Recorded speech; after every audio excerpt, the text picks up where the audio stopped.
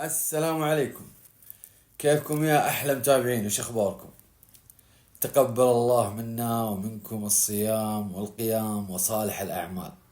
اللهم اجعل أعمالنا خالصة لوجهك الكريم. هذا واحد. اثنين، بما أن دخلنا على الثلث الأخير من رمضان، نسأل الله سبحانه وتعالى أن يتقبل منا ما قدمنا ويغفر لنا ما سلف، ويمكننا بمشيئة الله برمضانات أخرى قادمة في صحة وعافية، اللهم آمين. جالس أقرأ حديث يقول عوف بن مالك: قمت مع رسول الله صلى الله عليه وسلم ليلة، فلما ركع، ترى قيام يعني نافلة ما هي فرض، فلما ركع مكث قدر سورة البقرة. اللهم صل وسلم على سيدنا محمد. مكث قدر سورة البقرة في ركوعه، ويقول في الركوع: سبحان ذي الجبروت والملكوت والكبرياء والعظمة، سبحان الله العظيم جل شأنه.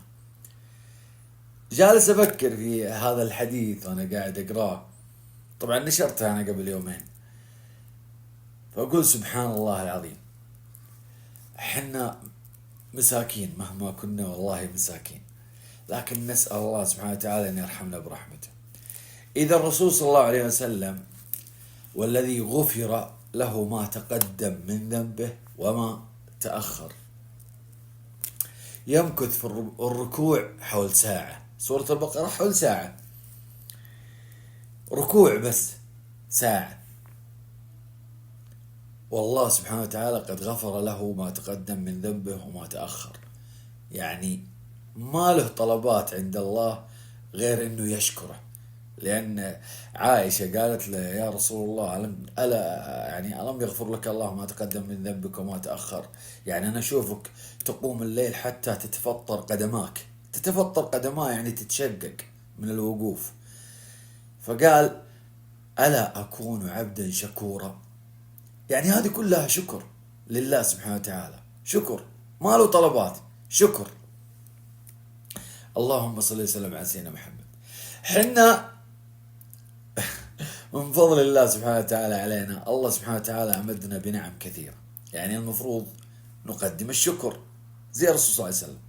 وفي نفس الوقت لنا طلبات عند الله سبحانه وتعالى، منها الغفران والرحمة والجنة، ثم بعدين التوفيق في الدنيا والتيسير والرزق والصحة والعافية. هذه كلها طلبات نقدمها لله سبحانه وتعالى بين يدي الله سبحانه وتعالى.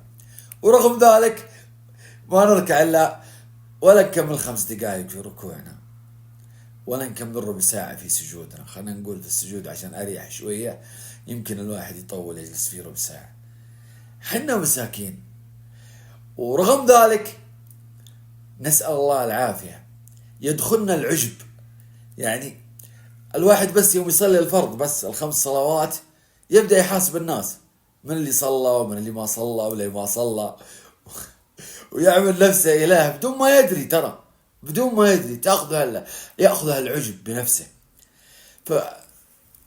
يعني والله العظيم احنا المفروض بس نعول على رحمة الله. إذا كان محمد صلى الله عليه وسلم، اللهم صل وسلم على محمد، خاتم الأنبياء والمرسلين والذي بعث رحمة للعالمين، اللهم صل وسلم على سيدنا محمد صلى الله عليه وسلم يقول: إلا أن يتغمدني الله برحمته. يعني حنا نقول: اللهم برحمتك أستغيث، أصلح لي شأني كله، برحمتك أستغيث. يعني أعمالنا ترى نسأل الله سبحانه وتعالى ما توازي شيء مما أنعم الله علينا، فنسأل الله سبحانه وتعالى الغفران والرحمة، ونسأل الله سبحانه وتعالى أن يمتعنا بحسن الخلق. الرسول صلى الله عليه وسلم يقول: إنما بعثت لأتمم مكارم الأخلاق. لا تنصب نفسك إله وتقول تحاسب الناس من اللي ما صلى ومن اللي صلى ومن اللي صام ومن اللي يفطر هاي خلى الناس بينهم بين الله. أنت بس اهتم بنفسك واسأل الله القبول، لأن بعض الأعمال إذا خالطها رياء ونفاق وسمعة